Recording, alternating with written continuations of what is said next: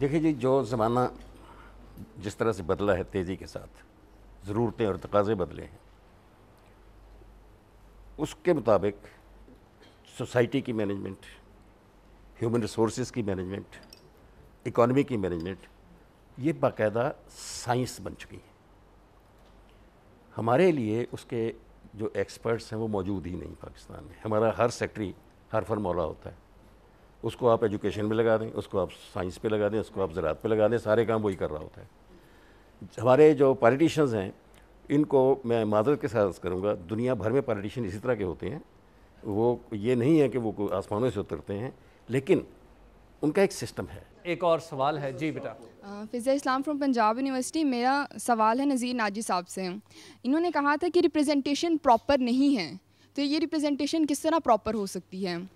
ये मुझे तो इसका एक ही नुस्खा आता है जो दुनिया भर ने आजमाया है। वो नुस्खा ये है कि इलेक्शन मुतवातर हों, बार बार हों, और ये जमहूरियत का अमल जारी रहे, असम्बलियाँ आएँ, असम्बलियाँ जाएँ। जैसे जैसे ये होता जाएगा इम्प्रूवमेंट होती जाएगी। जहाँ पानी रुक जाए वहाँ गदला हो जाता है, वहाँ बदबू पैदा हो जाती है। हमारा पानी जगह जगह रुका है, 10-10 साल के लिए रुका है। हम अपने प्रोग्राम के आखिर में अपने पैनलिस्ट से हमेशा ये पूछते हैं कि आइंदा 10 साल आपको कैसे नज़र आ रहे हैं गवर्नेंस के एतबार से। पहले मैं सियासतदानों से पूछ लेता हूँ, उसके बाद नाजी साहब से पूछूंगा। एजाज साहब, आपका अगले 10 साल का विज़न क्या है? अल्लाह ताला आपकी ज़िंदगी दराज करे, आपकी भी और उस्मा बुखारी की भी।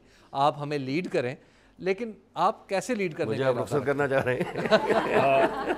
ये बहुत अभी भी ये बहुत आपने इम्पॉर्टेंट क्वेश्चन जो है ये रखा है। मैं ये कहता हूँ कि हमें कौमी सतह के ऊपर, जिसके अंदर सारे स्टेक होल्डर्स जो हैं उनको ऑन बोर्ड लिया जाए, एक कौमी पॉलिसी जो है मरतब की जाए, और उसके बाद लीडरशिप अपने करैक्टर के ज़रिए से और अपने एक्शन के ज़रिए से साबित करती है कि वो काबिल भरोसा लोग हैं। और हमें ऐसी लीडरशिप डेफिनेटली जो है वो पाकिस्तान के अंदर अवेलेबल है।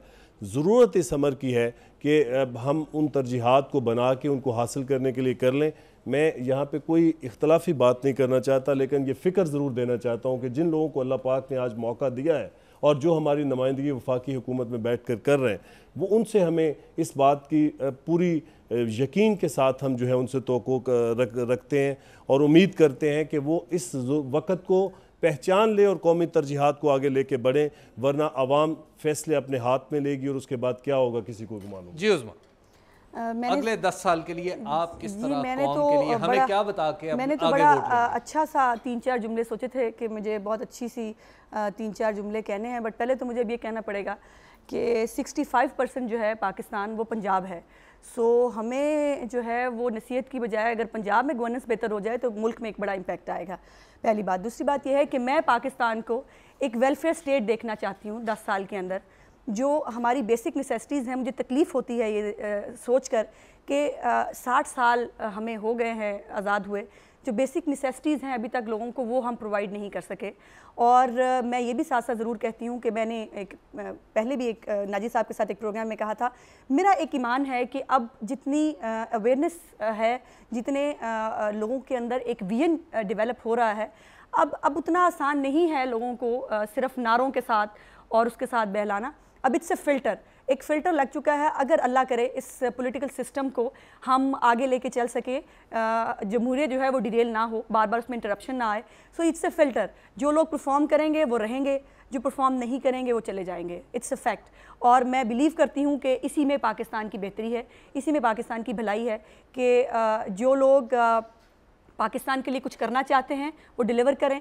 और चेक एंड बैलेंस मैं समझती हूँ कि इंस्टीट्यूशंस में होना चाहिए। किसी एक इंस्टीट्यूशन को दूसरे के अंदर उसकी सीट लेने की कोशिश नहीं करनी चाहिए।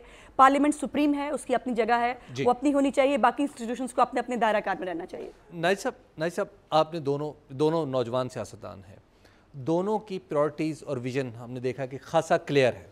उनके सामने तरजीहात का 19-20 का फ़र्क है, लेकिन at the end of the day good for the nation करने की वो जो बात है वो इन दोनों के अंदर नज़र आ रही है कि मैं तालीम करना चाहता हूँ, मैं इंसाफ देना चाहती हूँ, मैं ये करना चाहता हूँ।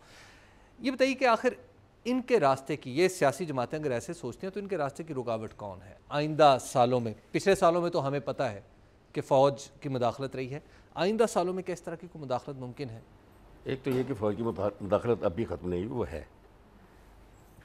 मैं जो बात अर्ज़ करूँगा वो ये है कि आइडियाज़ सबके पास होते हैं, उन्हें मटेरियलाइज करने की जो स्किल है क्या वो अवेलेबल है?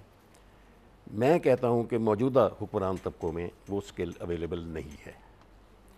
उम्मीद का पहलू ये है कि हमारी जो नौजवान नस्ल है उसमें हाई क्वालिटी प्रोफेशनल्स आ रहे हैं और वो मॉडर्न साइंसेस जो है मैनेजमेंट की, हर शोबे की मैनेजमेंट, मार्केटिंग हो, मार्केटिंग बेसिक चीज़ होती है जी, मार्केटिंग के एक्सपर्ट हो, प्रोडक्शन के हो, साइंस के हो, रिसर्च के हो, और उसके बाद मैनेजमेंट के हो, मैनेजमेंट जो है district management, management economic management, management scientific, हर तरफ की जो management quality, high quality professionals कर रहे हों, तब जाके चेंज की तरफ हम जा सकेंगे और नए दौर के तकाज़ों को मीट कर सकेंगे। ये मशीनरी जो है हमारी पॉलिटिकल, ये आउट ऑफ डेट हो चुकी है। जी, आपका बहुत बहुत शुक्रिया, आपका भी बहुत बहुत शुक्रिया कि आप तशरीफ़ लाए। मैं उज़्मा की एक बात जो इन्होंने की वो बहुत ही दिल से की लगता है, और वो ये है कि हमारे स्कूल का मसला उस वक्त हल होगा जब तमाम लोगों के बच्चे एक ही स्कूल में जा रहे होंगे।